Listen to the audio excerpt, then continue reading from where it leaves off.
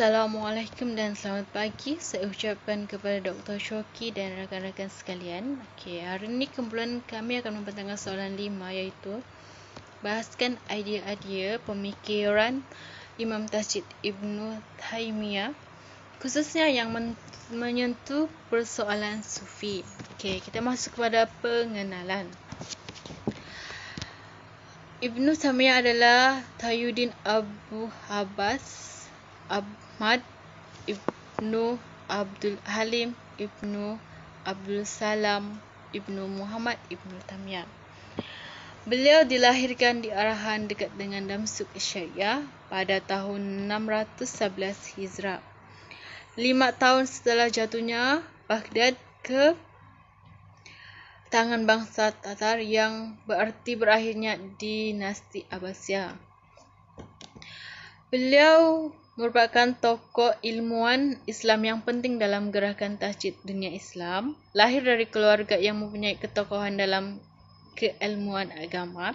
Pendidikannya dimulai dengan belajar Al-Quran dan hadis pada ayahnya sendiri, kemudian masuk ke sekolah di Damsyik untuk mempelajari berbagai bidang keislaman.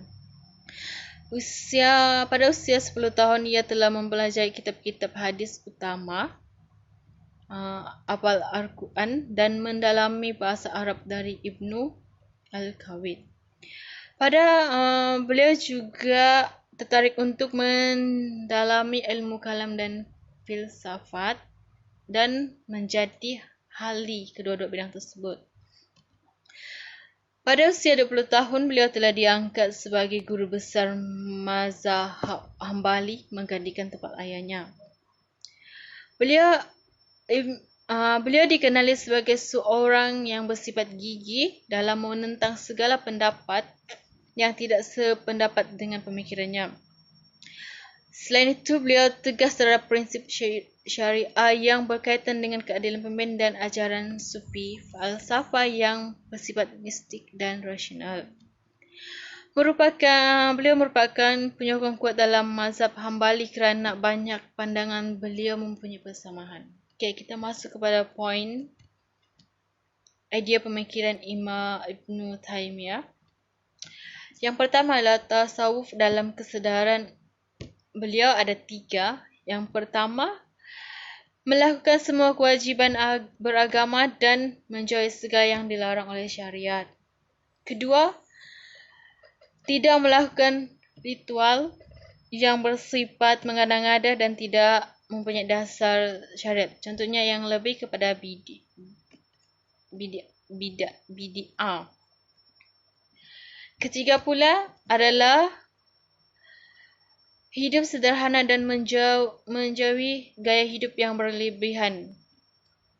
Oleh sebab itu, tanpa memenuhi 3 syarat tersebut, beliau menyebutnya sebagai sufi jagonis. Kita masuk pada poin kedua, adalah tarkah sebagai bidang kesesatan sufi. Ibnu Taimiyah memandang bahawa perlembagaan tasawuf dalam institusi tarakah merupakan titik awal kepada penuntut terhadap kesesatan, bid'ah, syirik dan kelakuan zindik dalam aliran sufi. Hal ini kerana munculnya ritual zikir berjemaah yang tidak pernah dilakukan di masa salafah.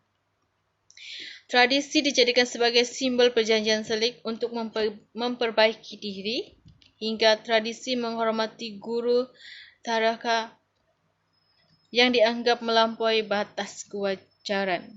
Terusnya pembentangan ini akan diteruskan oleh rakan saya.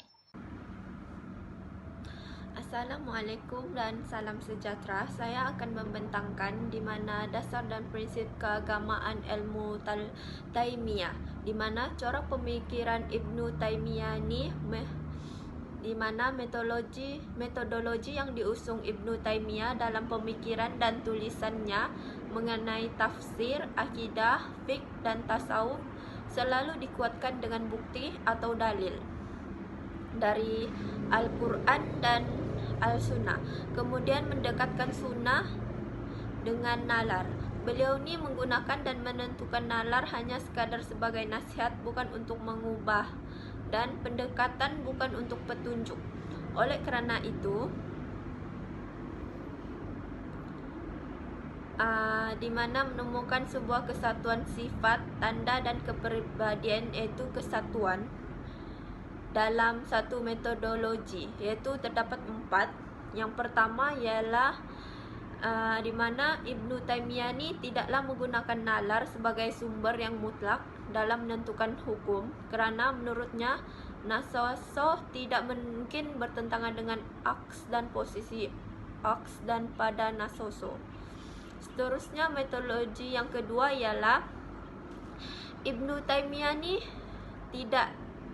tidak berpihak hanya pada satu pendapat sahaja. Bagi Ibnu Taimiyah, tidak seorang pun memiliki kebenaran mutlak, melainkan harus berpihak kepada Al-Quran, Al-Sunnah atas para ulama salaf yang mengikut Nabi SAW.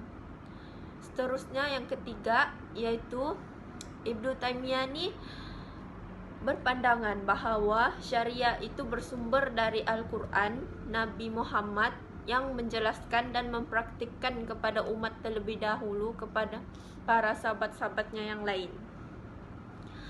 Yang keempat, yang dimana Ibnu Taimiyah ni bukanlah orang yang fanatik terhadap pemikiran saja. Ibnu Taimiyah ni selalu melepaskan diri dari segala apa yang mengikatnya, kecuali yang sesuai dengan Al-Quran dan Al-Sunnah.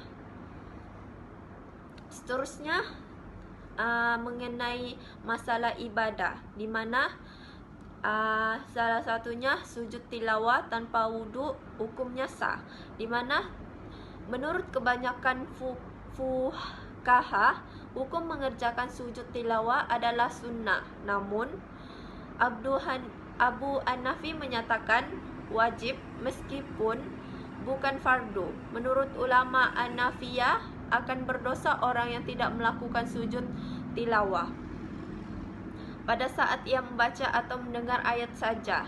Sementara itu, semuanya ahli fikah mengidentifikasikan sujud tilawah dengan solat, dan kerana mereka menyampaikan pensyaratan sujud tersebut dengan pensyaratan yang berlaku untuk solat, seperti menghadap kiblat, menutup aurat, dan suci dari hadas. Berbeda dengan jumhur fuqaha, yaitu Ibnu Taimiyah membedakan antara sujud tilawah dengan solat. Bahkan dengan tegas ia menyatakan bahawa sujud tilawah itu bukan solat.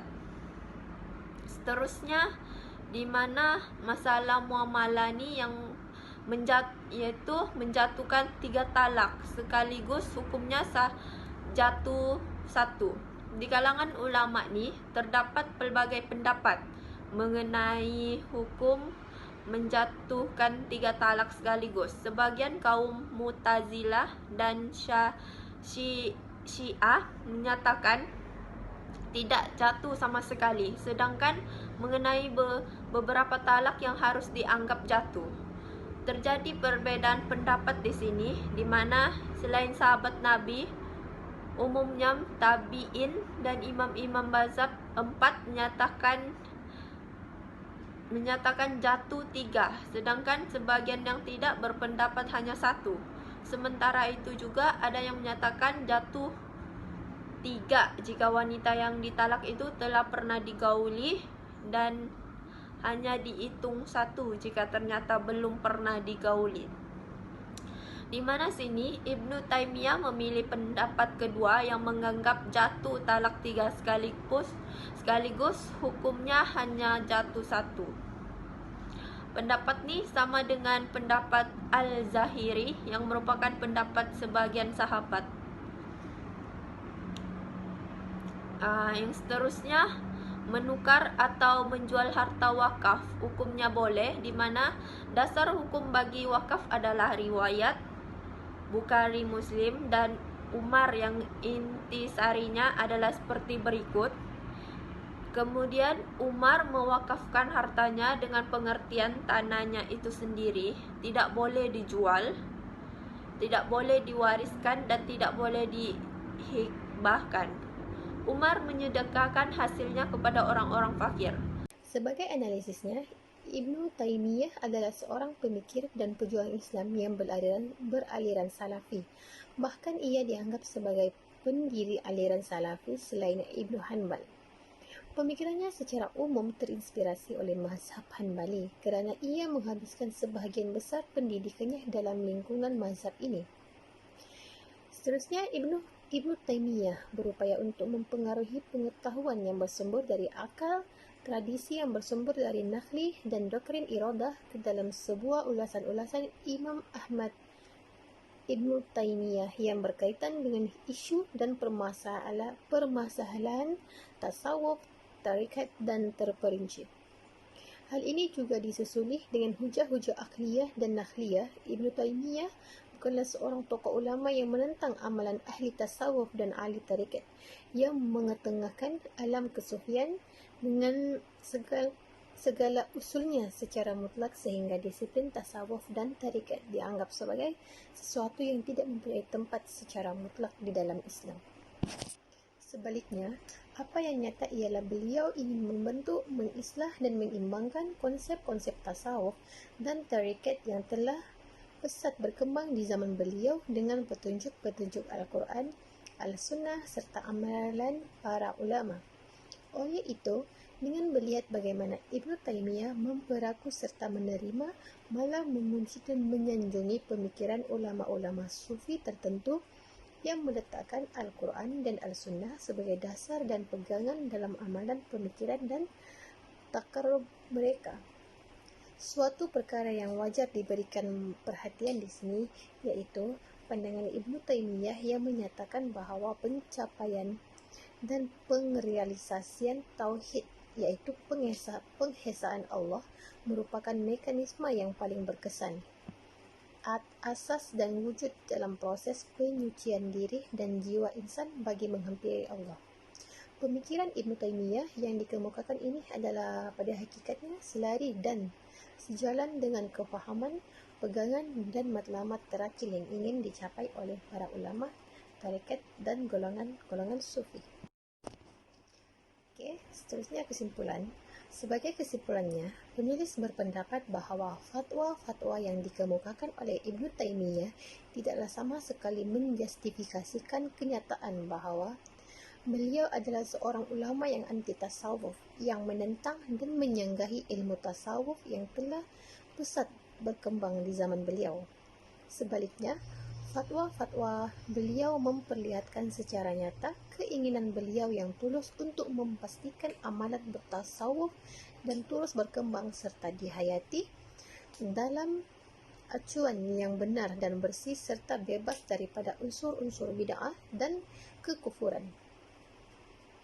Antara bukti yang memperlihatkan kecintaan Ibnu Taimiyah terhadap tasawuf dan alam kesufian ialah ulasan dan syarahan beliau yang terdapat dalam beberapa perenggan yang dipetik dari kitab Al-Ghaib karangan Syekh Abdul Qadir Al-Jilani. Fatwa-fatwa yang dikemukakan oleh Ibnu Taimiyah tetap relevan untuk dijadikan sebagai sesuatu panduan yang bermakna dalam konteks pembinaan kehidupan kerohanian dan amalan bertasawuf umat Islam pada hari ini. Seterusnya bahagian ulasan artikel, yang mana ulasan artikel ini bertajuk Pengaruh Pemikiran Ibnu Taimiyah di Dunia Islam oleh Abdul Bashid.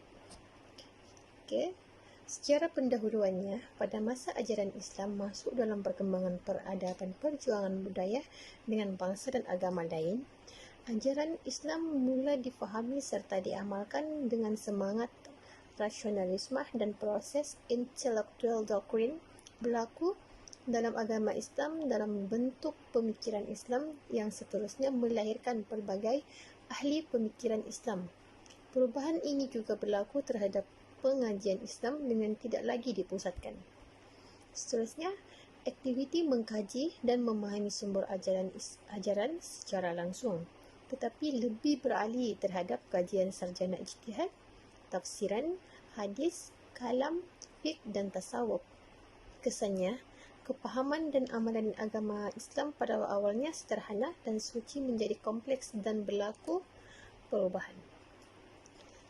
Seterusnya adalah pengaruh pemikiran Ibnu Taimiyah di dunia Islam.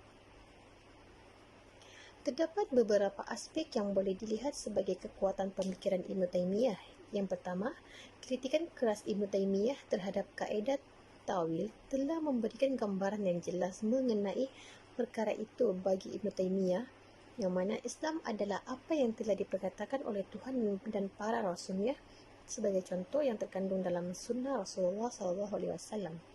Kedua, Ibnu Taimiyah mencadangkan untuk memahami ajaran agama dengan menerima ajaran dan percaya terhadap apa sahaja makna kelahiran tersirat di dalam yang tertulis dalam buku agama. Ibnu Taimiyah mula berhujah dengan prinsip bahawa Tuhan tahu kebenaran dengan lebih baik daripada manusia dan tahu dengan cara jauh lebih baik mengenai bagaimana mendekatkan diri dengan kebenaran. Yang ketiga, bentuk pemahaman Ibnu Taimiyah mengenai ajaran agama Islam ini dilihat mempunyai kelebihan tertentu dalam menyambut kemodenan. Dalam konteks ini, wajar dianalisis oleh Hudson. Menurut beliau bahawa kemodenan menjadi pembangunan dunia yang tidak mungkin dapat dielakkan. Menurut beliau juga, sebelum ini kewujudan sebenar di Eropah Barat. Kemodenan mempunyai peluang yang sama untuk muncul di pelbagai pusat kebudayaan dunia selain Eropah, terutamanya di negara China dan dunia Islam. Seterusnya, apa yang dapat disimpulkan daripada artikel tersebut adalah yang pertama, kritikan kuat Ibnu Taimiyah terhadap kaedah tawil telah memberikan gambaran yang jelas bahawa bagi Ibnu Taimiyah, iaitu tentang apa itu Islam yang telah disampaikan oleh Tuhan dan para rasulnya dengan contoh pelaksanaan seperti yang terkandung dalam sunnah Rasulullah. Yang kedua, Ibnu Taimiyah menasihati untuk memahami ajaran agama dengan cara mengambil beberapa pengajaran dan percaya dengan apa sahaja makna kelahiran yang tersirat dalam kandungan buku-buku agama. Yang ketiga, bentuk kepahaman Ibnu Taimiyah terhadap ajaran agama ini dilihat mempunyai kelebihan tersendiri dalam kedatangan agama kemodenan. Pengaruh pemikiran Ibnu Taimiyah dapat dicerminkan oleh seberapa besar kedudukan intelektual pengikutnya, iaitu Majid Fakri menyebut dua pemikiran besar di dunia Islam yang dipengaruhi oleh Ibnu Taimiyah, iaitu Ibnu Al-Qayyim Al-Jauziyah dan Muhammad Ibnu Abdul Al-Wahhab.